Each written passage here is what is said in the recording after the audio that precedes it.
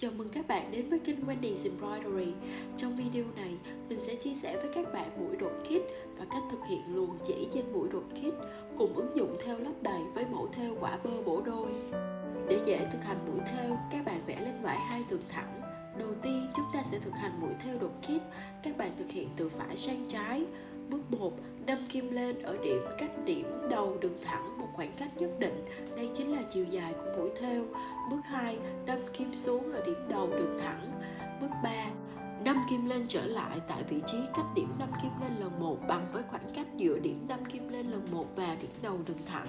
Sau đó, đâm kim xuống ngay tại vị trí đã đâm kim lên lần 1. Bước 4, lặp lại các bước 1, 2 và 3 sao cho chiều dài của mũi thêu được bằng nhau.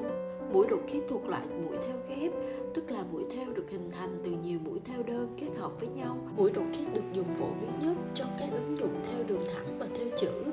Ngoài ra, mũi đột kít cũng được dùng để thêu lấp đầy. Để kết thúc đường thêu đột kít, các bạn đâm kim xuống ở mũi thêu cuối cùng và giấu mũi chỉ. Tiếp theo, các bạn hãy cùng thực hành luồn chỉ trên đường thêu đột kít với mình nhé. Đầu tiên, các bạn cần thực hiện một đường thêu đột kít.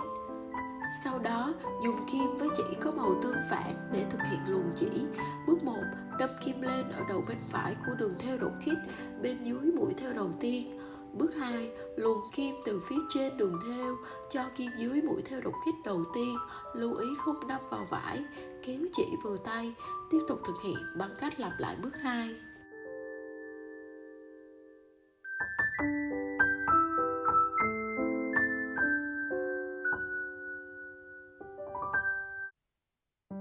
Để kết thúc, đâm kim xuống ở phía cuối và bên trên mũi thêu đột kít cuối cùng và thực hiện dấu mũi chỉ.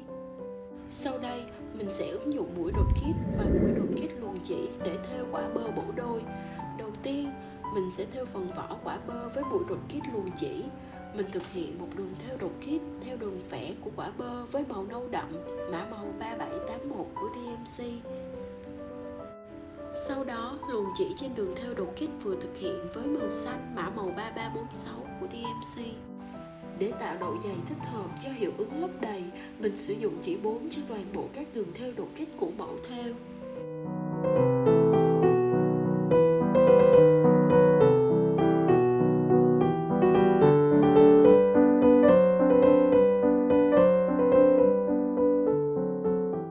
Sau khi hoàn thành phần vỏ, mình tiếp tục thêu phần thịt quả với ứng dụng thêu lấp đầy từ mũi đột kít.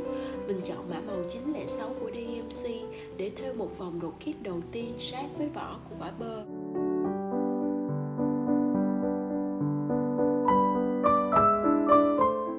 Mình sẽ thêu vòng đột kít tiếp theo với mã màu 907 của DMC.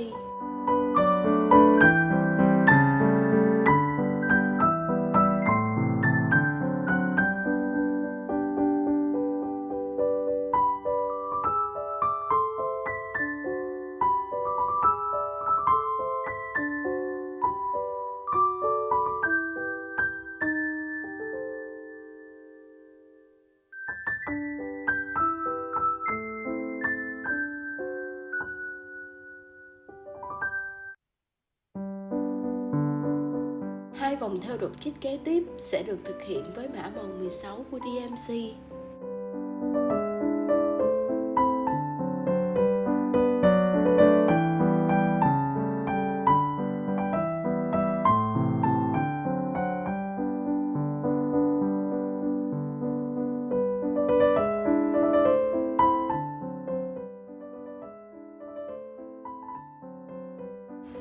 Để tăng hiệu quả lấp đầy, các bạn cố gắng thực hiện sao cho các đường thêu đột kít sát vào nhau.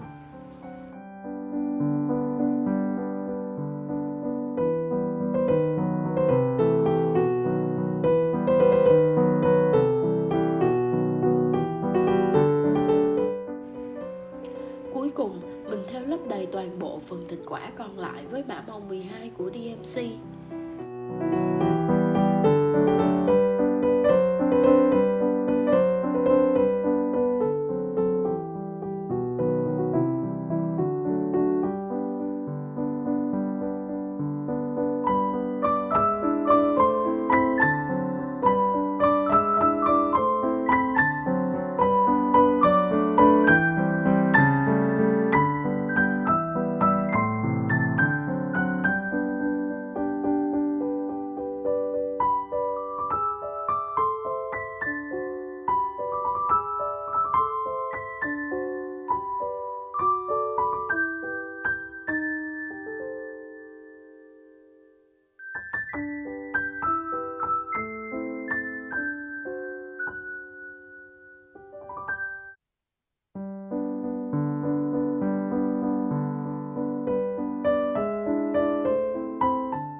Với phần hạt quả, để tạo hiệu ứng màu sắc, mình thực hiện theo mũi đột kích lần lượt với các mã màu 801, 434, 3064 của DMC.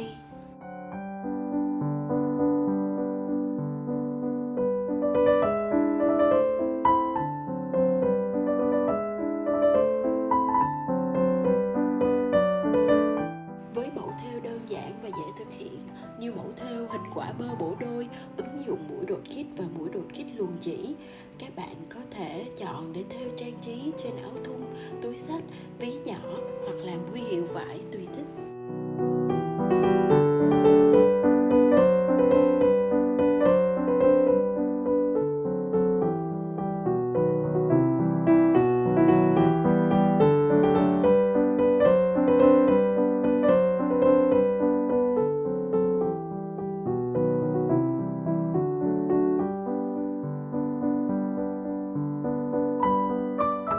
Cuối cùng, để thêm phần sống động, mình thêu cuốn quả bơ bằng mũi bó bạc với mã màu 3781 của DMC.